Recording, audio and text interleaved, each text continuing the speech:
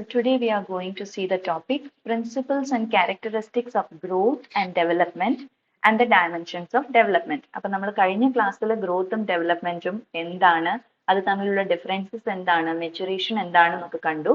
ഇപ്പൊ നമുക്ക് അതിന്റെ പ്രിൻസിപ്പിൾസും ക്യാരക്ടറിസ്റ്റിക്സും കാണാം. അതോടുകൂടി തന്നെ ഡെവലപ്മെന്റിന്റെ ഡയമെൻഷൻസ് എന്താണെന്നും കൂടെ നോക്കാം. അപ്പം ആദ്യമായിട്ട് നമ്മൾ നോക്കുമ്പോൾ what are the principles of growth. Growth എന്താണെന്നാണ് നമ്മൾ പറഞ്ഞത്? ഫിസിക്കൽ ആയിട്ട് വരുന്ന ചേഞ്ചസിനെയാണ് നമ്മൾ ഗ്രോത്ത് എന്ന് ഡിഫൈൻ ചെയ്തത് അല്ലേ? So what are the principles of growth?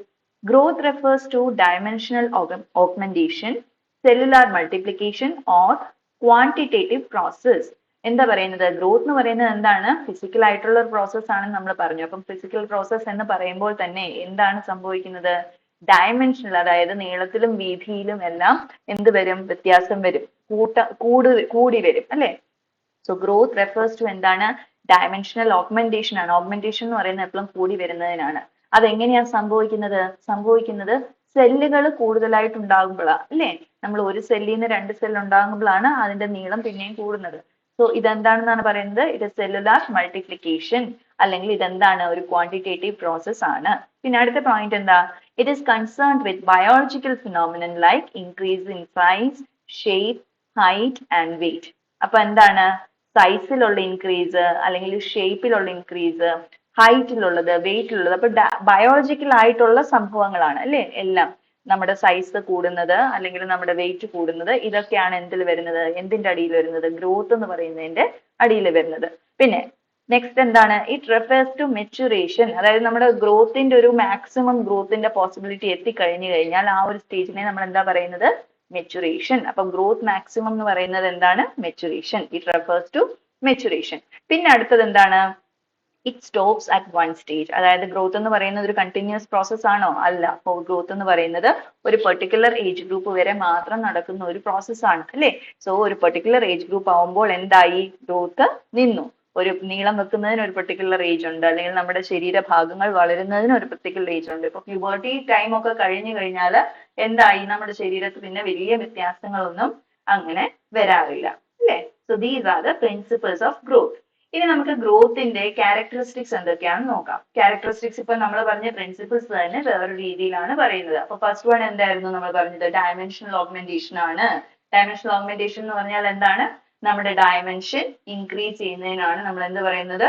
Growth എന്ന് പറയുന്നത് അല്ലെ? So growth is about what? Dimensional augmentation. Second എന്താണ്? It is a biological phenomenon. Growth എന്ന് പറയുന്നത് ഒരു ബയോളജിക്കൽ ഫിനോമിനൻ ആണ്. നമ്മുടെ ബോഡിയിൽ സംഭവിക്കുന്ന ഒരു പ്രോസസ് ആണ് എന്ത്? ഈ ഗ്രോത്ത് എന്ന് പറയുന്നത്. അപ്പം ബോഡി ആയിട്ട് റിലേറ്റഡ് ആയിട്ടുള്ള കാര്യങ്ങളൊക്കെ നമ്മൾ എന്താണ്? ബയോളജി ആയിട്ടാണ് റിലേറ്റ് ചെയ്യുന്നത് അല്ലെ? സോ ഗ്രോത്ത് എന്ന് പറയുന്നത് എന്താണ്? It is a biological phenomenon. പിന്നെ എന്താണ്? Growth is what? Maturation or growth leads to maturation. Growth എവിടെ ചെന്നാണ് അവസാനിക്കുന്നത്? മെച്ചുറേഷനിൽ എത്തുമ്പോഴാണ് ഗ്രോത്ത് അവസാനിക്കുന്നത്. അതും ഗ്രോത്തിന്റെ ഒരു ക്യാരക്ടറിസ്റ്റിക് ആണ്. പിന്നെ എന്താണ്? It stops at one age. ഒരു പെർട്ടിക്കുലർ ഏജ് എത്തിക്കഴിഞ്ഞാൽ എന്തായി? ഗ്രോത്ത് നിൽക്കും. അതായത് മെച്ചുറേഷൻ വന്നു കഴിഞ്ഞാൽ പിന്നെ അങ്ങോട്ട് ഗ്രോത്ത് ഉണ്ടാവില്ല. പിന്നെ എന്താ? Growth is measurable. നമ്മൾ പറഞ്ഞു ഗ്രോത്ത് എന്ന് പറയുന്നത് ക്വാണ്ടിറ്റേറ്റീവ് ആണെന്ന് പറഞ്ഞു അല്ലെ? അപ്പൊ ഹൈറ്റ് നമുക്ക് മെഷർ ചെയ്യാൻ പറ്റില്ലേ? വെയിറ്റ് മെഷർ ചെയ്യാം. അപ്പൊ ഇങ്ങനെ സംഭവിക്കുന്ന ഈവൻ നമ്മൾ ഇന്റേണൽ ഓർഗൻസിന്റെ എടുത്താൽ പോലും നമുക്ക് ഹാർട്ടിനും നമ്മുടെ അല്ലാത്ത ഇന്റേണൽ ഓർഗൻസിനും എല്ലാം എന്തുണ്ട്? ഡയമെൻഷൻസ് ഉണ്ട് അല്ലെ? സോ ഗ്രോത്ത് എന്ന് പറയുന്നത് എന്താണ്? മെഷറബിൾ ആണ്. പിന്നെ എന്താണ്? Growth is distinct and unique. പലർക്കും പലതാണ് അല്ലെ? ഇൻഡിവിജ്വൽ ടു ഇൻഡിവിജ്വൽ അത് ഡിഫറെന്റ് ആയിക്കൊണ്ടേയിരിക്കും, ഡിപ്പെൻഡ് ചെയ്യും. ഒരു കുട്ടിയുടെ ഹൈറ്റ് പോലെ തന്നെ ആയിരിക്കണം എന്നുണ്ടോ ആ കുട്ടിയുടെ മീൻസ് വേറൊരു കുട്ടിയുടെ ഹൈറ്റ്? അല്ല അല്ലെ? ഓരോ കുട്ടികളിലും അത് ഡിഫറെന്റ് ആയിരിക്കും. സോ ഗ്രോത്ത് എന്ന് പറയുന്നത് എപ്പോഴും യുണീക്ക് ആയിട്ടും ഡിസ്റ്റിങ്ക്ട് ആയിട്ടും ഉള്ളൊരു ഒരു സംഭവമാണ് അല്ലെ? സോ അതും ഒരു ക്യാരക്ടറിസ്റ്റിക് ആണ് ഗ്രോത്തിൻ്റെത്. പിന്നെ എന്താണ്? It is not uniform. Uniform ആണോ? അല്ല. ഗ്രോത്ത് എന്ന് സംഭവിക്കുന്നത് നമ്മൾ തന്നെ കണ്ടു അല്ലെ? കുഞ്ഞു കുട്ടികൾ പെട്ടെന്ന് വളരും. ഒരു 2 വയസ്സ് വരെയുള്ള മാറ്റങ്ങൾ വളരെ വളരെ പെട്ടെന്നായിരിക്കും. അത് കഴിഞ്ഞ് പിന്നെ എന്താ? പയ്യെ ആയിരിക്കും ഇൻക്രീസ് ചെയ്യുന്നത്. വെയിറ്റ് തന്നെ നോക്കുമ്പോൾ നമുക്ക് കുഞ്ഞു കുട്ടികളുടെ വെയിറ്റ് തന്നെ ജനിക്കുമ്പോൾ ഉള്ള വെയിറ്റിന്ന് ഒരു 10 കിലോ ഒക്കെ ആവുന്നത് പെട്ടെന്നാണ് അല്ലേ? സോ ഗ്രോത്ത് എന്ന് പറയുന്നത് എന്താണ്? യൂണിഫോം അല്ല. അത് കഴിഞ്ഞ് പിന്നെ വെയിറ്റ് ഇൻക്രീസ് ചെയ്യുന്നത് പെട്ടെന്നാണോ? അല്ല. അതേപോലെ പെട്ടെന്നല്ല. പിന്നെ പയ്യെ പോകുന്നത്. സോ പല ഏജിലും പല ഗ്രോത്ത് ആണ് നമുക്ക് ഉണ്ടാവുന്നത്. ഇതൊന്നും യൂണിഫോം ആയിട്ട് പറയാൻ നമുക്ക് കഴിയില്ല. പിന്നെ എന്താണ്? Growth is about function than achievement. Growth എന്ന് പറയുന്നത് ശരിക്കും എന്താണ്? നമ്മുടെ ഒരു ഫങ്ഷണൽ ആയിട്ടുള്ള ഒരു കാര്യമാണ് അല്ലെ. നമുക്ക് കൈ വളരുന്നു, നടക്കാൻ പറ്റുന്നു, കാല് വളരുന്നു, അങ്ങനെയൊക്കെ ഉള്ള എന്താ ഫങ്ഷനും ആയിട്ടുള്ള ഒരു കാര്യമാണ് ഗ്രോത്ത്. അച്ചീവ്മെന്റ് പറയുന്നത് എന്താണ്? നമ്മൾ സ്കിൽ അക്വയർ ചെയ്തു, നമ്മൾ എന്തെങ്കിലും ഒന്ന് അത് ആ സ്കിൽ ഉപയോഗിച്ച് ചെയ്തു എന്നൊക്കെ പറയുമ്പോൾ എന്തായി?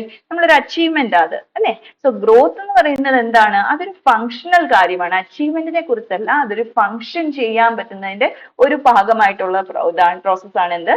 ഗ്രോത്ത്. സോ ഗ്രോത്തിന്റെ ക്യാരക്ടറിസ്റ്റിക്സ് ഒന്നും കൂടെ നോക്കാം. എന്താ പറയുന്നത്? Growth is about dimensional augmentation. പിന്നെ എന്താണ്? Growth is a biological process. Growth is about maturation. Growth stops at one age. Growth is measurable. Growth is distinct and unique. Growth is not uniform. And growth is about function than achievement. കിട്ടിയല്ലോ അല്ലേ? So these are the characteristics of growth.